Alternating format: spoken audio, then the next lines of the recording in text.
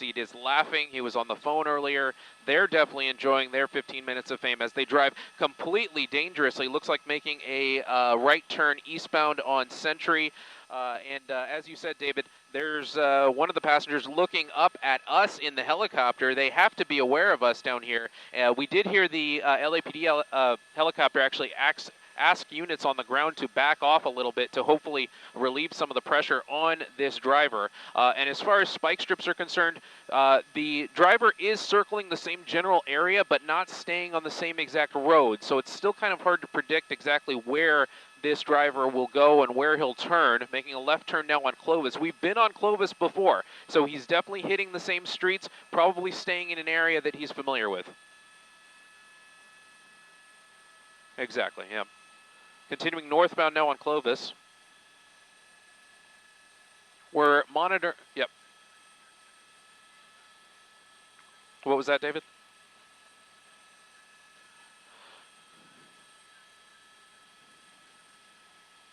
Exactly.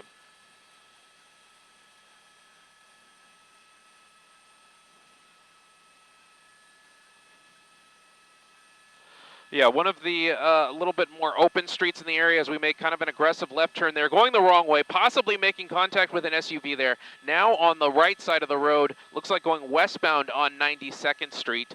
Some of the roads in this area do provide for a little bit of safer traversing, although at these speeds with this erratic behavior, you can see they're using the center median to drive around traffic. Any of this driving is unsafe at this speed and at this magnitude. Looks like we're making a northbound turn on McKinley, left turn on 91st Street, staying in these residential areas. Like you noticed, some of these residential streets are a little more open and a little more easier to for this suspect to kind of fly through. You can see there some pedestrians there are in these roads, and as we said, it's close to rush hour. School let out an hour or so ago, a couple hours ago, so you see possibly young people in the street as we go, looks like an eastbound turn on Avalon now, still driving at a high rate of speed and still swerving around other vehicles as these, looks like 3 suspects in a Hyundai continue their joyride through South LA, continuing on 89th Street now, westbound. And LAPD still considering this a tracking mode situation right now. They have their LAPD helicopter overhead, but they're keeping the units on the ground, keeping them at a distance while still following. So they have a lot of units in the area. Once they kind of see the pattern of a suspect staying in the same general area, they'll start to position units in various parts of the area. So if the suspect were to foot bail, if they were to get out and run, it's not just the pursuing units in the that are actually following that will have to deal with that. They have other units that can kind of merge in and start to help out with a apprehension of these suspects. Looks like that vehicle almost got some air there as we continue at a high rate of speed on 88th Street westbound. Coming up on another intersection here. It looks like it's a red light. There's some oncoming traffic there. That suspect very smartly slows down, looking, and makes a right turn there, northbound on Main Street, and we've been on this street before. We're going to see what this suspect does. Hopefully there's not too much traffic on this street that this suspect has to deal with. And we're going to move Air 7 around to see if we can find out where this suspect turns after that.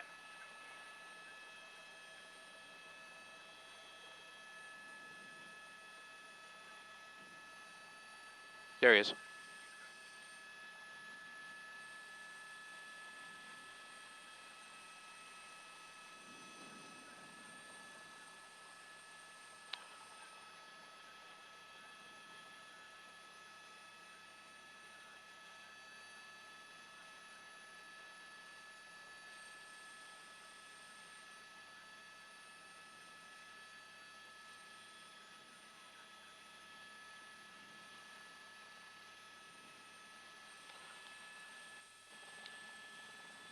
And I'm just aghast right now at how relaxed the driver and the suspect looks. You can see the driver with just one hand on the steering wheel earlier, just going for, you know, afternoon joyride like any other. As we approach some other oncoming traffic there, some cross traffic coming the other way, going westbound on San Pedro Street now. And you can see there's the driver, there's the passenger kind of making some gestures there, making a sharp right turn now on 89th Street. And from the damage to this vehicle, you can see that this driver doesn't care about damaging the vehicle and continuing on, because this vehicle's been in accidents before. We've seen him hit other things, possibly hit other vehicles. It's hard to tell because those things happen so fast. But as we go through these neighborhoods that are possibly a little bit narrow, you have to wonder if this suspect is going to hit anything or how this will end.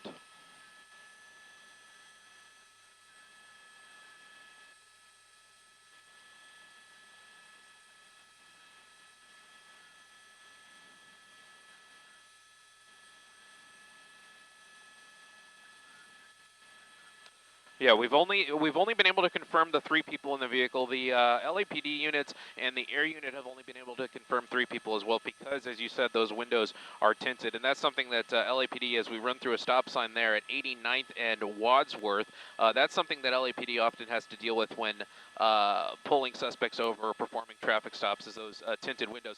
Now we're making a right turn on Central again, so we're staying on these streets, kind of between 85th and 95th, Central, Main, San Pedro, staying on all those general streets.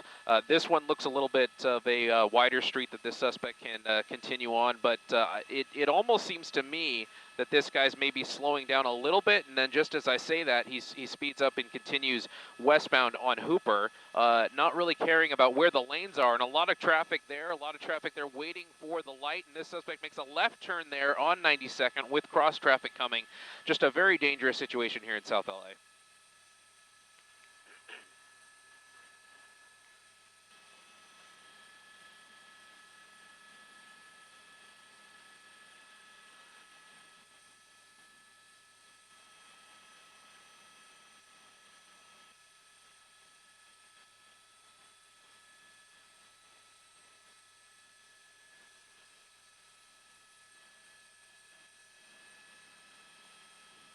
Yeah, they do, and they are dealing with some traffic here as this white Jeep and some other vehicles, I'm not sure what they're waiting for, if it's a stoplight up ahead, and it looks like this suspect may have come to a stop here, possibly maybe deciding, it looks like that rear passenger may have saw us up here in the helicopter, so they know that they are still being pursued. There's no way in my mind that they don't know that, but they don't see the officers behind them. So now you have to wonder what's going through these suspects' mind as far as what you were saying, David, that you know, they're kind of getting past the initial excitement of this and are looking to kind of mellow out now and find a way out of this situation as we continue. Looks like northbound now.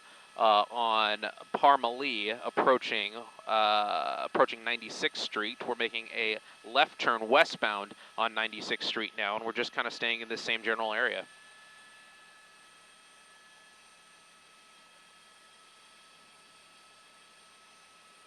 Yeah, they are still in the mindset of getting away. They're not coming to a complete stop, and they're not giving up.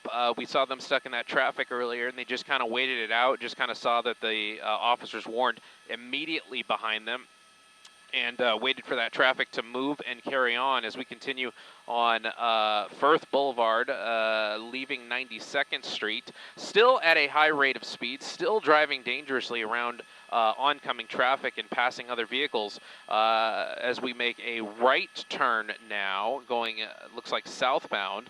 We'll get that cross street for you shortly. And yeah, that's a good point. The windows there on the right side are all rolled up, so this might play into what we were thinking is happening here, where it's kind of a changing mindset as far as these pursuit suspects are concerned. They're getting past the kind of, you know, giddiness of initially trying to get away. Now picking up speed here a little bit, using that center median, using that left turn lane. All of a sudden we're at 60 miles an hour on surface streets, going around some of these other vehicles that are stuck in traffic. It looks like he might be stopped at that light there, not at the light, but in the intersection, continuing through in the center median. Yep, the windows rolled down again. So it's just very peculiar, the behavior of these passengers, and kind of what their purpose and point is here, what they're trying to prove. That's something we always ask, and what we always wonder in these pursuit situations is why do they do it? As we see a bicyclist in the middle of the roadway there, this looks like another road that's a little bit wider, that this suspect is kind of finding ways to move around a little less dangerously than earlier. But looks like Laurel Street and 92nd now is where we're at.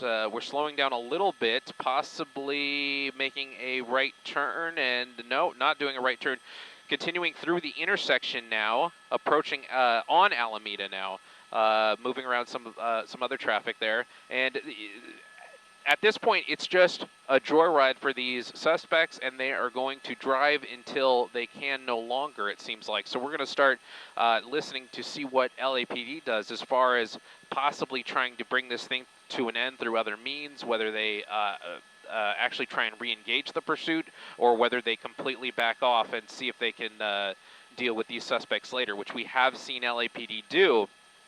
It's just a matter of time now to figure out what how LAPD decides to handle this situation. We do have the air unit overhead, but I haven't seen any ground units in quite some time. There's the air unit there as it flies through the shot. I'm being told now that, excuse me, I'm being told now that no ground units. Oh, and there we go. There's 1 foot bail. There's 2. There's 3. There's the 3 suspects that we thought were in the vehicle, and 3 of them exit the vehicle. So as we were just saying, there were no ground units right behind this suspect, but we do know they're in the area. So we're going to wait and see how fast or how long it takes for those LAPD units on the ground to move in and at least locate these suspects and take them into custody. It looks like one of them's either holding his hoodie, possibly on the phone there. I'm not sure what. This one was the driver, we're being told. So we're going to stay with this driver and see where that driver ends up, because that's the one that LAPD is going to be most interested in, although more than likely they're going to take all 3 of these suspects into custody. We're near Willow Place and Long Beach Boulevard. We're seeing if these suspects pop out on the other side of this building. They're possibly in the alleyway, and the LAPD air unit is calling ground units on the ground to this scene to hopefully take these 3 suspects into custody after a very dangerous pursuit.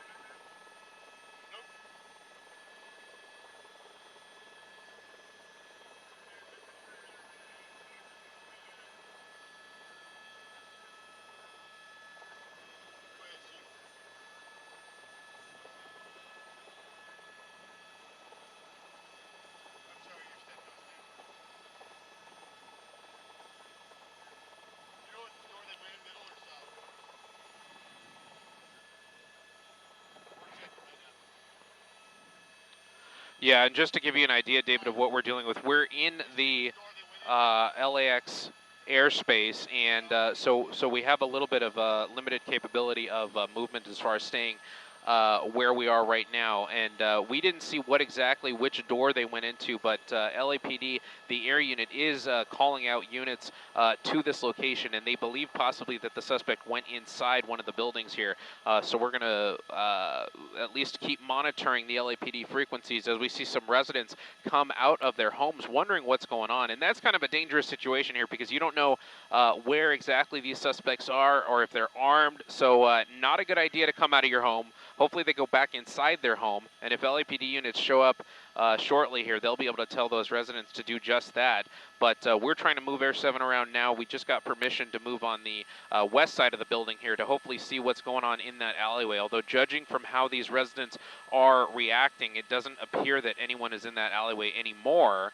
So we're going to keep on working with LAPD to figure out whether these suspects actually went inside one of those apartment units on the left there, or whether they hopped the fence there on the right.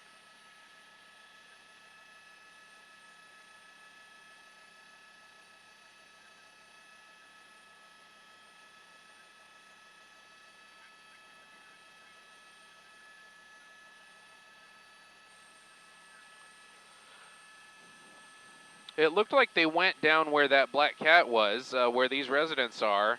And we're hearing from the LAPD unit talking on one of the common air frequencies here that they are working on the assumption that the suspects possibly went inside this building. And as they continue to get ground units on the scene here, we're gathering further information.